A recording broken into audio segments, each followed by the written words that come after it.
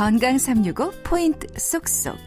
우리가 꼭 알아야 할 부분들을 정리해 드립니다.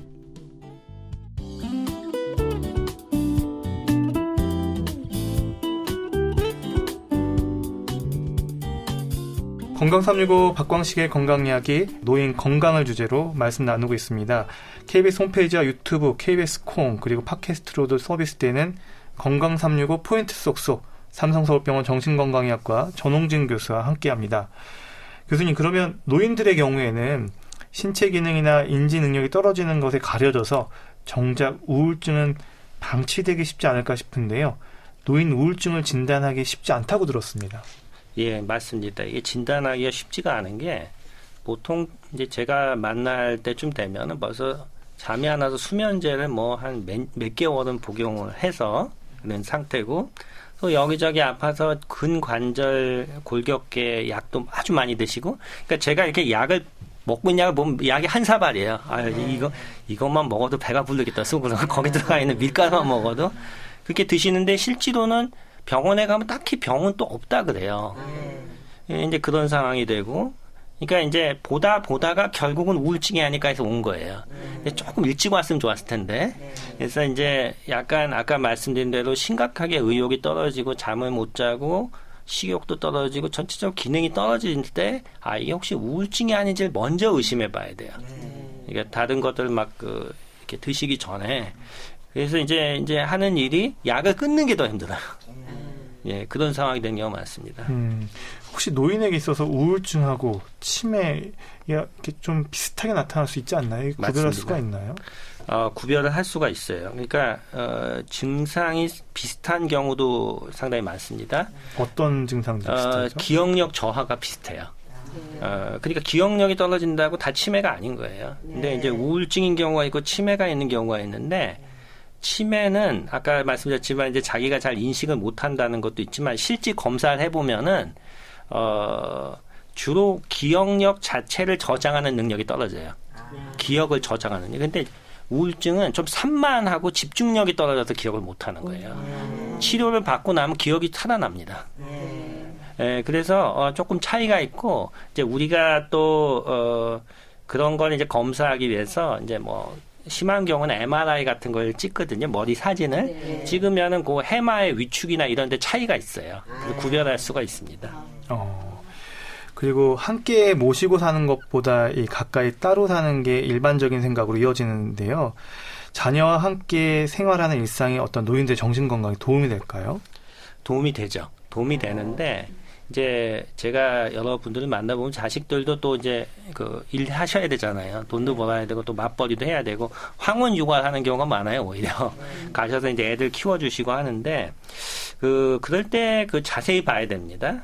이제 어른들 보면은 이게 예전보다 표정이 적고 막 힘들어하고 여기저기 아프다 그러고 예민해지고, 이제 그런 것이 있고, 애기 보는 것도 너무 힘들어하고, 이럴 때 보면은 이제 우울증이 있는 경우가 많은데, 이럴 때는 어떻게 하냐면 자녀들이 물론 치료도 해야 되겠지만은 그분들이 조금 쉴 수 있는 시간을 줘야 돼요.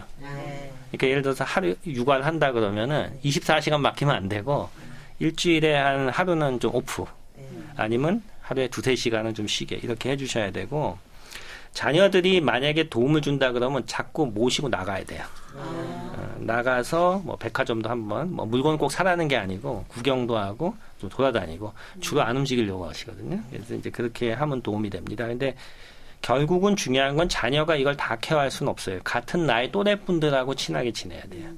예를 들어서 같은 나이 또래분들, 그게 쉽지가 않아요. 그게 어릴 젊을 때부터 해본 사람 아니면 쉽지 않아요. 여성분들은 어떻게 잘 하는데, 남자들은요, 예를 들어서 같은 나이 또래분들하고 갑자기 70이 돼가지고 친하게 뭐 지내다 그러면 이거는 해본 적이 없는 거예요. 이게 혼자 그냥 집에서 지내다가, 그러니까 괴로운 거죠. 결국은 이제 이게 해본 적이 없는 게, 젊을 때부터 그런 거 좀 해봤어야 돼요. 안타깝네요. 제가 그걸 못해서. 예. 네.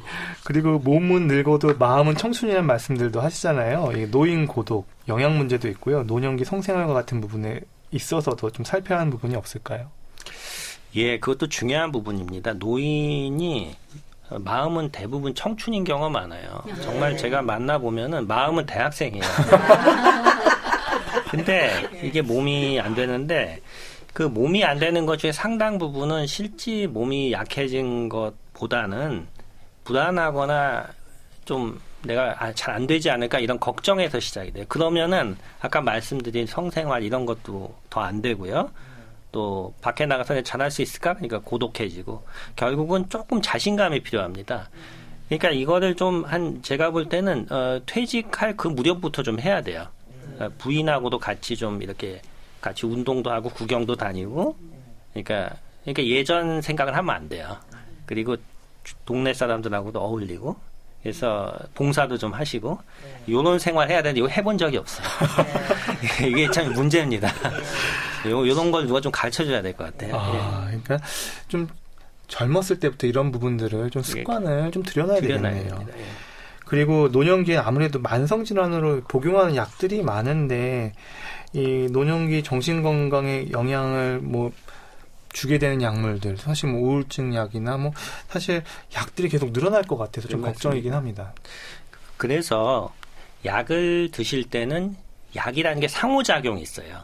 예를 들어 우리가 간장약도 먹고 두통약도 먹고 하는데 그러면 간에도 좋고 두통에도 좋고 다 좋을 것 같은데 이게 합치면은 서로 영향을 줘요. 그래서 모르는 반응이 일어나요. 그래서 담당 선생님한테 내가 이 약, 저 약, 이 약, 저 약 다 먹으니까 요걸 종합해서 해달라 그러면은 그렇게 잘 봐주시거든요. 근데 그 중에서도 영향을 많이 주는 약들이 있습니다. 예를 들어서 우리가 항생제 같은 걸 먹잖아요. 어디 염증이 나다? 그럼 다른 약을 전부 다 올려요. 약의 용량을 전부 다 올린다는 거죠. 그럼 약이 다 세지는 거죠. 그러니까 항생제를 먹을 때 내가 항생제 먹기 시작했습니다. 말씀을 드리면 또 줄여드릴 수도 있고 이 약은 항생제하고 영향이 없네요. 그럼 같이 먹어도 되고 그런 게 있습니다. 그리고 또 조심해야 될 것 중에 하나 수면제입니다.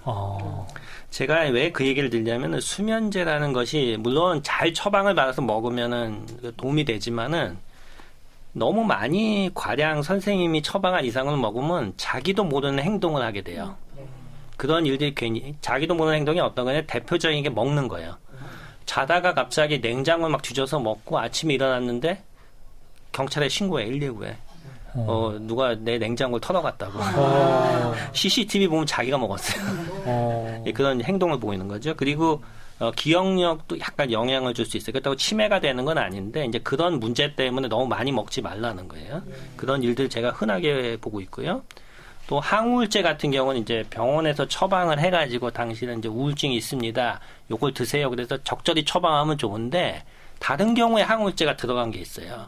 일단 무릎 통증이 있는데 갑자기 항우울제를 먹었다든지 속이 안 좋은데 항우울제를 먹었다. 근데 자기는 몰라요. 항우울제 먹었는지. 근데 나중에 약물 그거 본 거에 항우울제라고 돼 있거든요.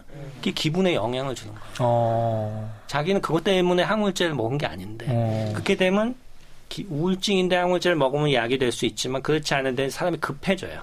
짜증이 많아지고.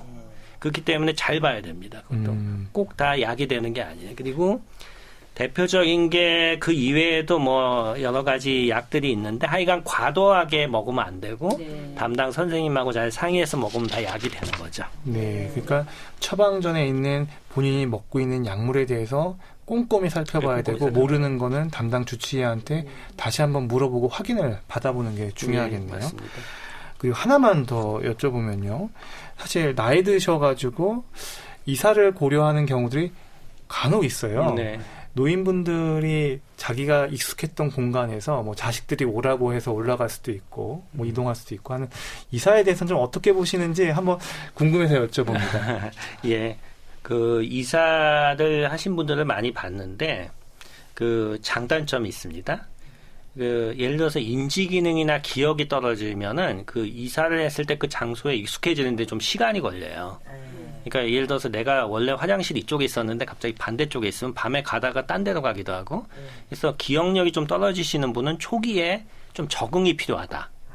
그래서 누가 좀 도와주기도 하고 같이 있어주기도 하고 그리고 근처에도 같이 좀 모시고 나가는 게 좋아요. 여기에 마트가 있고 그러니까 이게 자꾸 익숙하게 하는 게 도움이 되고 그 다음에 이제 이사를 갈 때 거기서 예전에 살던 사람하고 다 바뀌잖아요. 그렇게 되면은 고립되기가 굉장히 쉬워요. 특히 아파트 같은 데 가보면 아는 사람 하나도 없고 그래서 거기서 그 나이 또래 분들을 만날 수 있는 곳이 어딘지 잘 살펴가지고 가족들이 좀 도움을 주는 게 좋아요. 노인복지관이라든지 여러 가지 이게 봉사하는 센터들이 있거든요. 그런 데를 알아봐서 다닐 수 있게 해드리면 좋고요. 또 하나 제가 마지막 얘기하자면은 귀농을 하신다든지 아니면 전원주택에 가시는 분이 맞아요. 가끔 있어요. 그것도 좋아요. 가서 하는 것도 좋은데 거기서 혼자 지낼 생각을 하면 안 돼요. 가면은 거기 사람들하고 현지화해야 돼요. 거기 농촌에 가면 거기 사람들하고 어울리고 정말 농부가 돼서 사람들하고, 전원주택에 가면 거기 전원주택 같은 단지 분들하고 같이 내가 거기 가서 혼자 살겠다고 하면 우울증이 잘못하면 올 수가 있어요. 그런 것들을 미리 생각하고 가셔야 됩니다.